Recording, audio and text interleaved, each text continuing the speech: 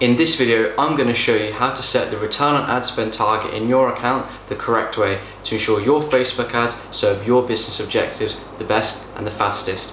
You see, most brands actually set their ROAS target the wrong way, and it stunts their growth and stops them getting to the goals that they want to achieve with their business. So I'm going to show you the different calculations we take based on unit economics, cash flow, LTV, to ensure that the ROAS target we set in our brand's accounts gets us to our business objectives the fastest. So to kick things off, I'm just going to explain kind of the wrong way that most brand owners and internal media buyers will go about this, and that is that they just set a high ROAS target out of thin air with no thought or reason behind it, just because it would be a nice target. So for example, I spoke to a brand owner who wanted to hit a 5 ROAS on his ads, and he was spending about 10 grand a month. And I was thinking, well, this guy has a 70% margin, which is typical kind of product margins in e-commerce. If he was to spend 10 grand a day at 2 ROAS, he would make way more money than spending 10 grand a month at 5 ROAS. But he was extremely adamant in hitting that 5 ROAS. But there was no thought or reason kind of why. It was just, a nice profitable number that he could wanted to hit. But the thing is, this actually can stunt the growth of your brand and your customer acquisition by setting a target that's a bit too high and not sacrificing scale for ROAS. Remember guys, Facebook is a tool for acquiring customers. The brands that really do the best in this use it as a customer acquisition tool, not as a tool to make as much front end profit as possible. So I'm going to go right into the right way of setting your ROAS targets, and there's a few kind of calculations / things you need to analyze before you do it. So the first thing is you need to kind of look at your business and analyze, is this something where my products are consumable, or they're repeat purchased? What's my repeat purchase frequency, right? Because if your product is, let's say a fast moving consumer good and it's bought once a month, right? Well, you don't really necessarily have to hit a high ROAS to do well. You can probably hit a 1 ROAS and make the money back from that, and the payback period would be quite short. Whereas if your product's something that's maybe like seasonal and bought once a year, maybe like a coat or something, then of course hitting a good front end ROAS, hitting a good ROAS and getting a good front end profit would be important, because you wouldn't need, it'd be a long time for a customer to come back and repeat buy. Also, another thing is look at your customer lifetime value. Again, that ties into your repeat purchase metrics, AOV, repeat purchase frequency. Take a look at it. Is your LTV quite high? If your average order value is like 50, but your LTV is like 500, well, you can spend way more than 50 and actually acquire customers at a loss, because you'll make that money back. Whereas if your customer LTV again is quite low, then maybe you haven't got that luxury to do so. And also take a look at the cash flow aspect of your business as well. Are you getting consistent sales and cash flow in from other sources, maybe from retail, draft orders as well, where you can sacrifice your margin on Facebook because you still got cash flow coming in? Or are you in a position where you have to be profitable in your Facebook ads so that you can fund the next month of ad spend? So that's another thing to factor in as well. Another thing is to analyze the attribution window to work off, right? As you guys might know, Facebook on default work off a 28-day click, 1-day view attribution. If your primary source of new customers is off Facebook, it's likely that attribution window is fine. However, if you're driving a ton of traffic from influencers, from SEO or paid search, Google Shopping, if your email game's on point and you're getting a lot of your cart abandonment emails, your welcome emails, driving a lot of conversions, then Facebook's going to take credit for those, right, in their revenue metrics.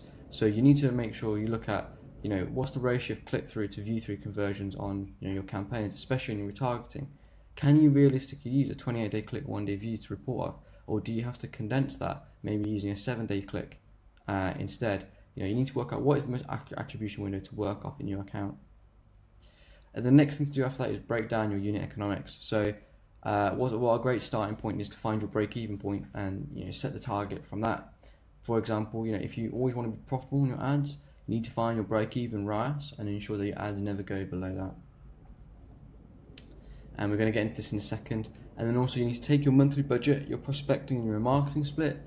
use a weighted average calculator to calculate the ROAS target you need to hit on prospecting, which is your cold traffic, and your remarketing as well, so you can hit that account-wide ROAS target. Now, it seems a bit kind of complex. I know it seems a little bit quite detailed, but I want to explain through everything. It will make a lot of sense.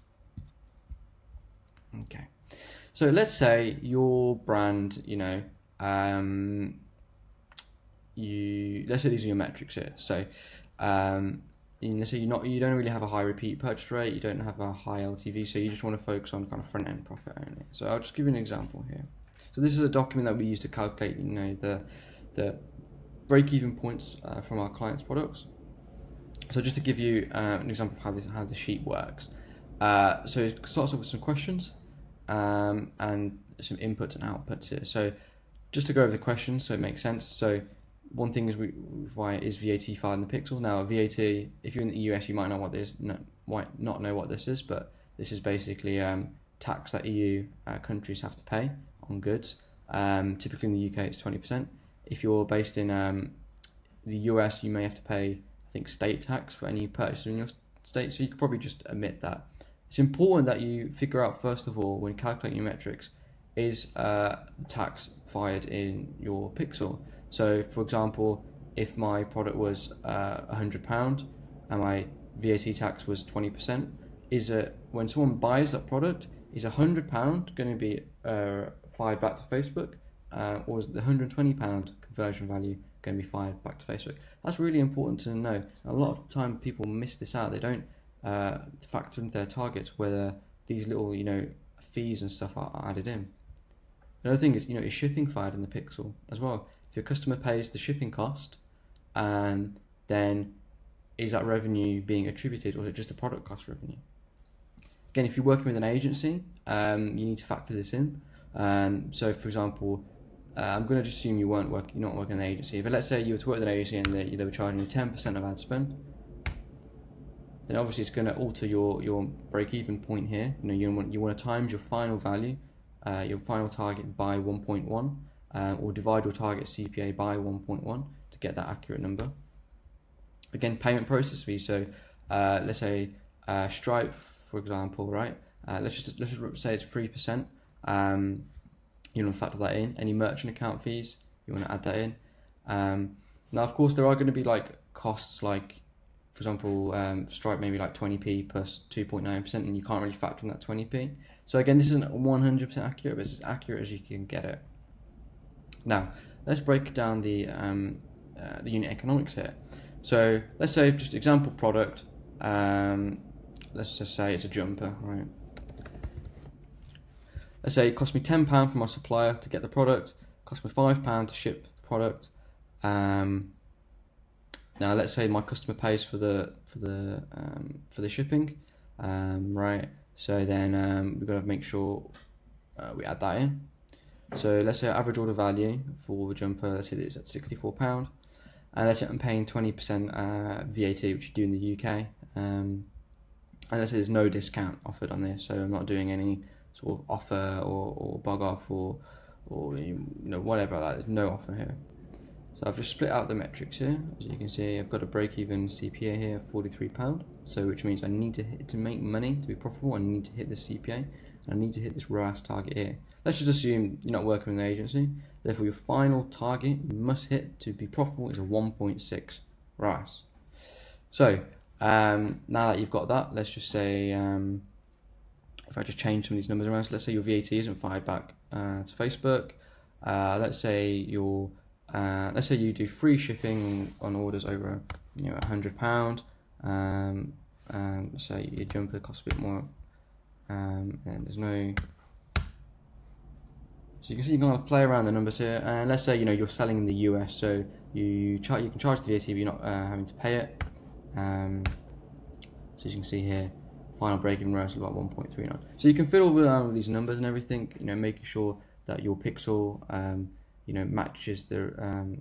You can answer the questions here based on what the revenue value that your pixel fires back to the account, and obviously change your unit economics around here. So let's just go back to our original point of 1.6 ROAS. Now, let's say I want to, still make a profit, on my ad. So I want to get a 2 ROAS account wide. I've deduced in my business based on my repeat purchase rate, my LTV, that a 2 ROAS is, a good enough point where I can scale, but I'm also retaining enough profit, enough cash flow to keep funding the ad spend.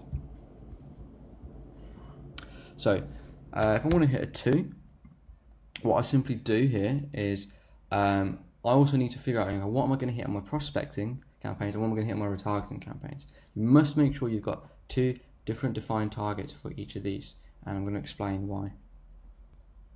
So let's just assume my budget for the month is 100,000, and I'm going to do a typical split of 70-30. So 70% of my budget is going to go to prospecting and 30% is going to go to retargeting, and I want to hit that target account ROAS of 2. I've looked in my numbers in my business and I think that that's the best number to go for. So here, as you can see, to hit a 2 ROAS, which is where kind of the green and the red meet, I need to be hitting these numbers on prospecting and these numbers on retargeting. So for example, if I was consistently getting a 3.4 on retargeting, my DPAs are doing well, my let's say any of my retargeting ads were doing well, and I know I need to get a 1.4 on prospecting, right? So I could say, all right, if I'm going to maintain a 3.4 ROAS on retargeting, I'm always going to scale my prospecting campaigns as long as I'm getting a ROAS of 1.4. Now let's say your retargeting campaigns weren't doing that well, you were at, let's say a 3. Well, I know I need to be hitting a 1.6 on the cold traffic campaigns, as long as I'm maintaining that retargeting ROAS of 3 to hit a retargeting ROAS of 2.